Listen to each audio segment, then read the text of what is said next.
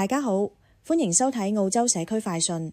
由世界龍迷會澳洲分會主辦嘅李小龍逝世53週年紀念活動，日前於悉尼 Kogarah Town Square 李小龍銅像前舉行，吸引眾多武術界人士、社區代表及李小龍影迷到場，共同緬懷呢一位享譽國際嘅武術宗師。主辦方表示，希望透過一年一度嘅紀念活動，傳承李小龍勇於突破、自強不息嘅精神，並推動武術文化及社區交流。活動當日，多位政界代表、社區領袖及武術界人士亦都到場支持，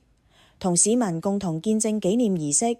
並肯定李小龍對世界武術發展及跨文化交流所作出嘅貢獻。Bruce Lee is kind of a little bit of that reflection of him having to walk two worlds of the Western world and his Asian culture. And I think that's something that really resonates with all of us here.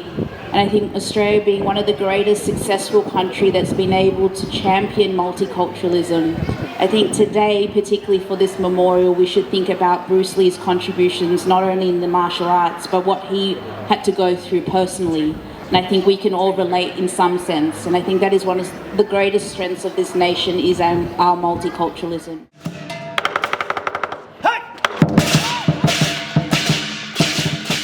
醒獅表演及武術展示輪番登場，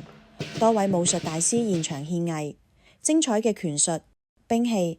同對練表演贏得觀眾陣陣掌聲。隨後，活動現場舉行咗莊重嘅獻花儀式，各界嘉賓依次向李小龍銅像敬獻鮮花，表達對呢位傳奇人物嘅敬意。現場仲舉行咗傳統烤乳豬切肉儀式同太公分豬肉環節，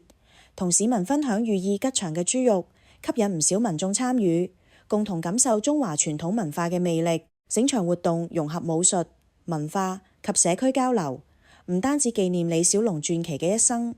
亦進一步弘揚中華文化，展現澳洲多元文化、社區團結共融嘅精神。